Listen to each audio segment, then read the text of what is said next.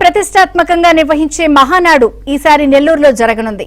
IFFCO SEZ లో నిర్వహించాలని party నిర్ణయించింది.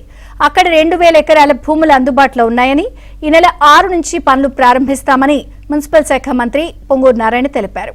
ట్రాఫిక్ తో పాటు ఇతర సమస్యలు తలెత్తకుండా కట్టుదిట్టమైన ఏర్పాట్లు చేస్తామంటున్న మంత్రి నారాయణతో మా ప్రతినిధి మహేష్ ఫేస్ టు ఫేస్. మొట్టమొదటిసారి మహానాడిని అత్యంత ప్రతిష్టాత్మకంగా నిర్వహించబోతున్నారు. మనతో పాటు మంత్రి నారాయణ ఉన్నారు. వారిని అడిగి మరిన్ని వివరాలు తెలుసుకుందాం. సార్, మహానాడుకి సంబంధించి ప్లేస్ ఖరారు అయిందా? ఎలా నిర్వహించబోతున్నారు? ఎంతమంది వచ్చే అవకాశాలు ఉన్నాయి?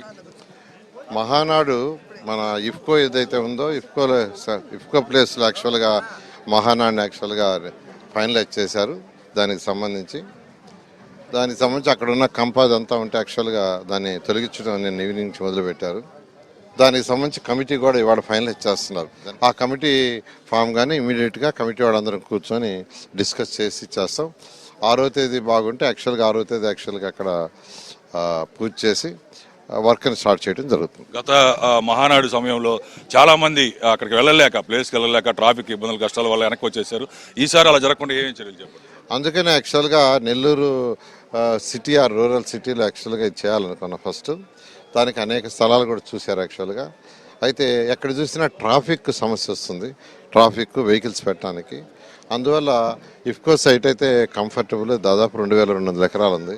అందువల్ల ట్రాఫిక్ సమస్య ఉండదు, పార్కింగ్ సమస్య ఉండదు అనే ఉద్దేశంతో దాన్ని ఫైనలైజ్ చేయడం జరిగింది. దానికి తగ్గట్టుగా అన్ని ఏర్పాటు, పార్కింగ్ కమిటీ కూడా ఉంటుంది, అటువంటి ఇబ్బంది లేకుండా చేయడం జరుగుతుంది. మీ పార్టీ మొదట ఒక ప్రాంతీయ పార్టీగా ఆవిర్భవించి ఈరోజు జాతీయ పార్టీల్లో 4వ స్థానంలో ఉంది. ప్రధానంగా చూస్తే కర్ణాటక, తమిళనాడు, అండమాన్ నికోబార్ దీవ్స్, తెలంగాణ ఈ ప్రాంతాల నుంచి కూడా పెద్ద సంఖ్యలో తరలి వచ్చే అవకాశాలు ఉన్నాయన్నారు. మొత్తం ఎంతమంది వచ్చే అవకాశం ఉంది? ఏమంటారు? ఖచ్చితంగానంటే 5 లక్షల పైగా యాక్చువల్గా వస్తారని ఎస్టిమేషన్తో యాక్చువల్గా ఈ ప్రోగ్రాము మొత్తం డిజైన్ చేయడం జరిగింది.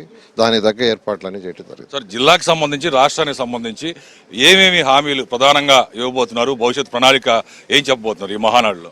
అంటే మహానాడు కమిటీ వేస్తారండి దీనికి యాక్చువల్గా త్వరలో. ఆ కమిటీ యాక్చువల్గా ఏ సమస్యలు ఉన్నాయి ఈరోజు రాష్ట్రంలో, ఆ సమస్యల్ని తీర్చాలంటే ప్రజలకు ఎలా ఏం చేయాలనేది ఆ కమిటీ ఫైనలైజ్ చేస్తుంది. కమిటీ ఫైనలైజ్ చేసినంత ఆ తీర్మానాలు యాక్చువల్గా మహానాడులో ప్రవేశపెట్టడం, దాని మీద డెసిషన్స్ తీసుకోవడం జరుగుతుంది. ప్రధానంగా పోలవరం, అమరావతి సబ్జెక్టులు ఉంటాయంటున్నారు. దాని మీద ఏమంటారు?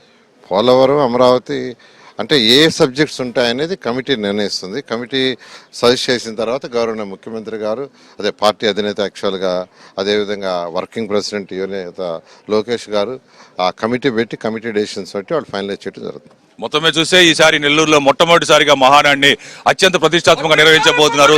పెద్ద ఎత్తున, పెద్ద సంఖ్యలో నేతలు, కార్యకర్తలు, డెలిగేట్స్ అందరూ కూడా వచ్చే అవకాశాలు ఉన్నాయని చెప్పి మంత్రి నారాయణ చెప్తున్నారు. అలాగే ప్రధానంగా ఇఫ్కో సెజ్ లో ఈ మహానాడు నిర్వహించబోతున్నామని మంత్రి నారాయణ ప్రకటించారు. ఇది ఇక్కడ పరిస్థితి. వీడియో శాఖ మహేష్ బాబు, ABN ఆంధ్రజ్యోతి, నెల్లూరు.